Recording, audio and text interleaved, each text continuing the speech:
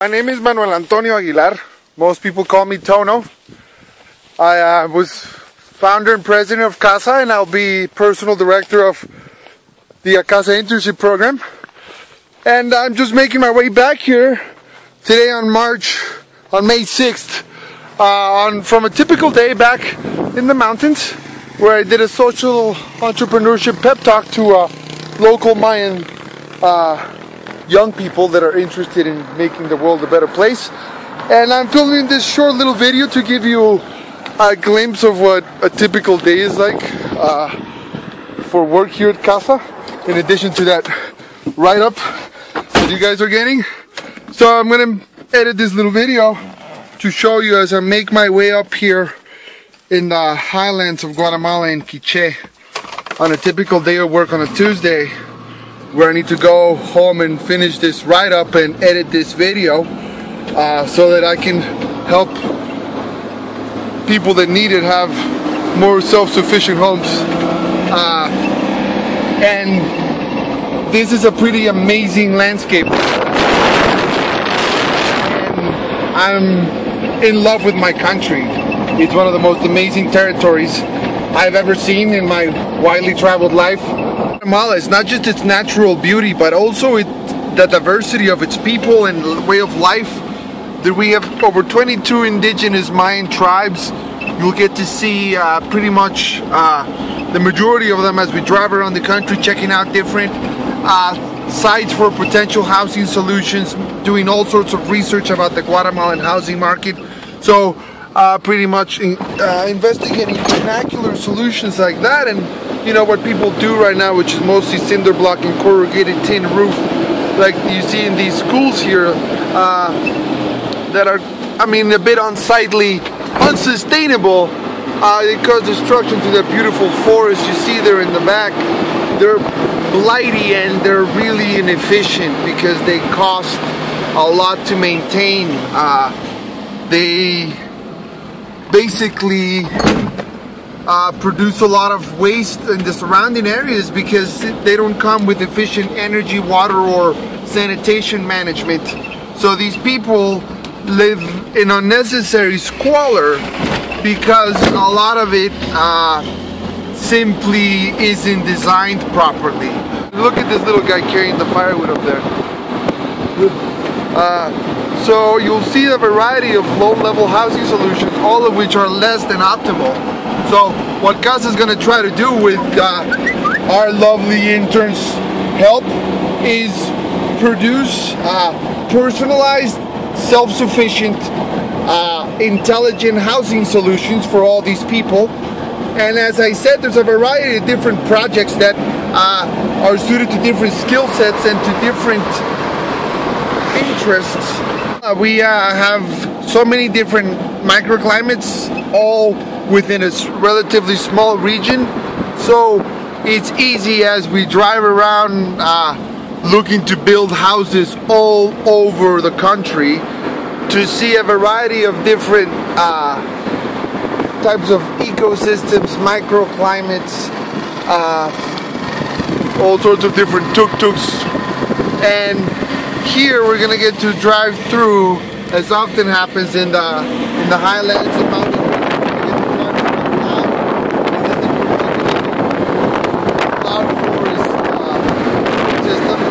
But we are high enough at nearly 7,000 feet. We'll get a little higher. Check these children out doing some work. Oh, look at that little girl lifting that log. Wow, she's enormous.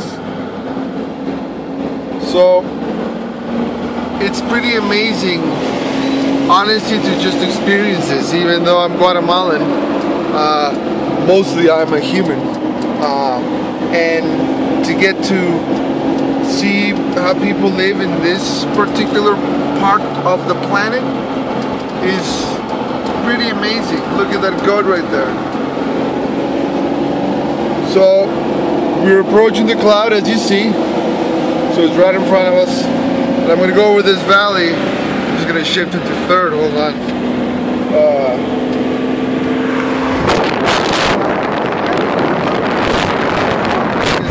The Shu people really make a better effort than most at taking care of their own forests. Yeah, just driving through the clouds right here. You know, just a normal thing on any normal day here on a normal Tuesday with CASSA. And then drive from work, driving through the clouds. Go off this little turn right here at kilometer 300.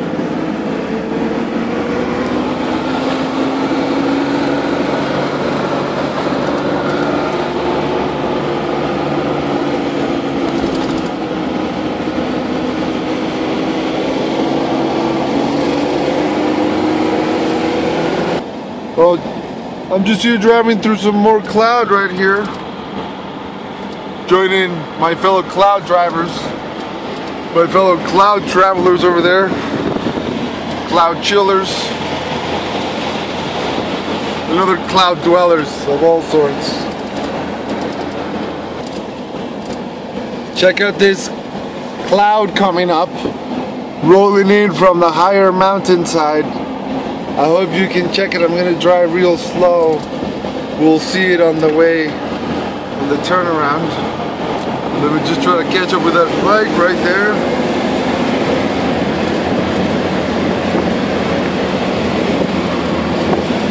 Oh, look at this cloud coming up. Wow.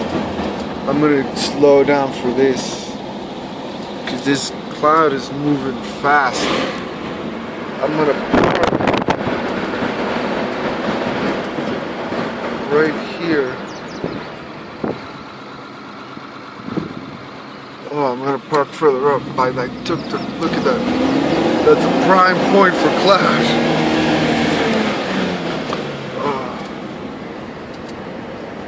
Some cloud watching right here. Look at that. Cloud rolling through the countryside. Clouds rolling down the hill. It's amazing. Check out this great woman and her pig and her huge hog right here.